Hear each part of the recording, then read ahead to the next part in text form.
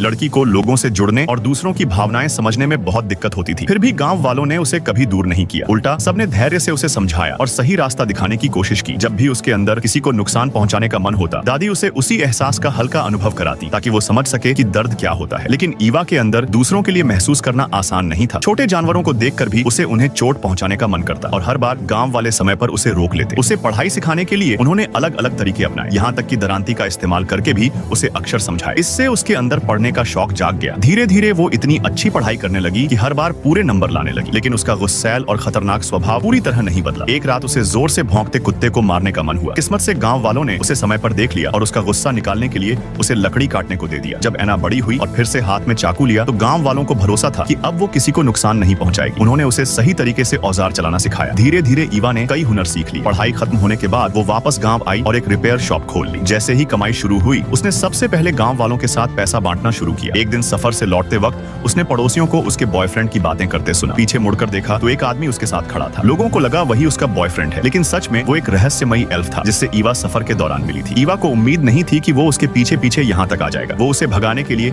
अपने औजार उठाने ही वाली थी कि तभी दादी अंदर आ गई। अजीब बात ये थी कि दादी को वो एल्फ दिखाई ही नहीं दिया। तब ईवा समझ गई कि उसने खुद को अदृश्य कर लिया है। दादी को लगा कि एना फिर से परेशान हो रही है, इसलिए उन्होंने उसे उनका पुराना शांत होने वाला तरीका याद दिलाया। मजबूर होकर ईवा ने अपनी कलाई कान के पास रखी और घड़ी की टिक टिक सुनने लगी, जिससे उसका मन शांत हो जाता था। उधर एल्फ उसकी कमजोरियां जानने की कोशिश करता रहा, लेकिन काफी देर बाद उसे समझ आया कि ईवा लगभग हर चीज में मजबूत है, उसकी कोई साफ कमजोरी नहीं है। तब उस एल्फ ने एक बेहद खतरनाक योजना बनाने का फैसला किया।